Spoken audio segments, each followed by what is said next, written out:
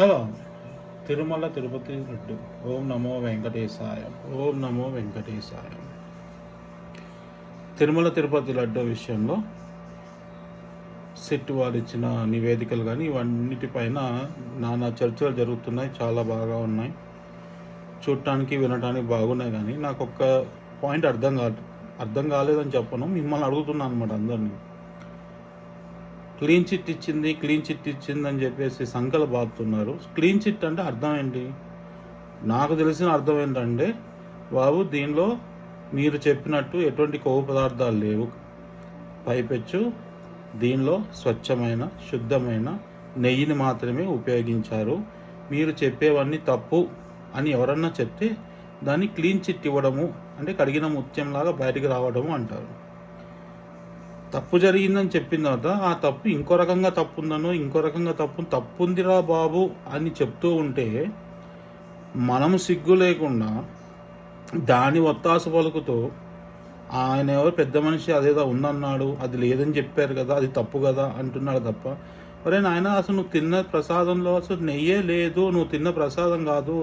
కక్ష కట్టుకొని, ఒక్క విషయం చెప్తున్నా, కక్ష కట్టుకొని బాగా స్టడీ చేయండి.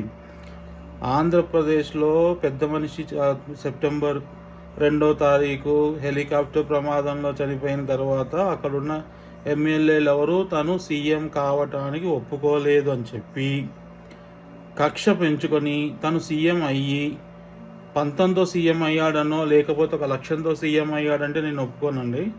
కక్ష కట్టుకొని సీఎం అయ్యి ఆ కక్షని సాధించుకున్నాడు. ఆడవాళ్ళపైన కానీ అన్ని జిల్లాలపైన తన కక్ష సాధించుకున్నాడు. సాధించుకున్న తర్వాత వీళ్ళందరినీ కలపాలి అన్న ఉద్దేశంతో చేసినటువంటి చర్యలు ఇవన్నీ.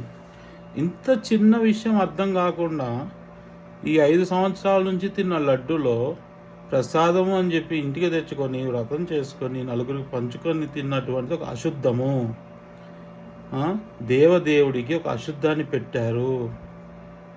అంత కామన్ సెన్స్ లేకుండా మనం ఆనందం తింటున్నాం. ఆ రోజు నాకు అర్థం కాదు. డిబేట్ల పేర్లతోటి వాటి పేర్లతోటి వీటి పేర్లతోని ఇష్టం వచ్చినట్టు మాట్లాడుతున్నారు. అరే అసలు నెయ్యి కాదు, అక్కడ అయిపోయింది. ఇంకా అయిపోయింది. నెయ్యి కాదని చెప్పిన తర్వాత దాని గురించి ఇంకా వత్తాసు పలకాల్సిన అవసరమే లేదు. దానిలో ఆవు ఏ కొవ్వు కలిపారు, కలపలేదు, అది నెయ్యే కాదు అంటే అది లడ్డులో అసలు లేదు. ఒక అశుద్ధంతో చేసినటువంటి లడ్డు. నా దేవుడికి నా కుల విలవేల్పుకి నువ్వు కావాలని చెప్పి కక్షపూరితంగా తినిపించావు, అందరికీ తినిపించావు, నువ్వు ఆనందం చెందావు. పైశాచిక ఆనందం అని చెప్పి స్వచ్ఛమైన తెలుగులో చెప్పొచ్చు. ఇంతకన్నా అంత దిగజారుడు లేదు కదా మన సమాజానికి. హిందువులు అని చెప్పుకోవడం కాదు, సిగ్గుండాలి మనకి. ఇప్పటికి కూడా దాని మీద వీడియోలు చేస్తూ అది లేదంటే కదా, ఇది లేదంటే ఆ పేజీలో ఇది చెప్పారు, ఈ పేజీలో ఇది చెప్పారు, మినిమం అంటే దానిలో లేనట్టే. ఏంటండి, నువ్వు తిన్నదే పెంటరా బాబు అని చెప్తూ ఉంటే, సరే నువ్వు తిన్నది పెంట వదిలిపెట్టేసే, మనం రోజు తినేది పెంటే.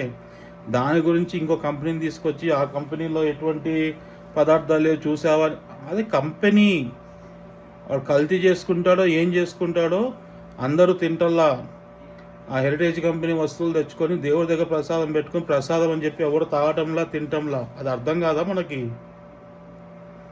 ఇది దేవుడికి పెట్టిన నైవేద్యం. నా దేవుడికి నువ్వు కక్ష కట్టుకొని పెట్టావు. ఇప్పుడు అంటారు ఎవరో తప్పు చేస్తే అది సీఎం చుట్టూ.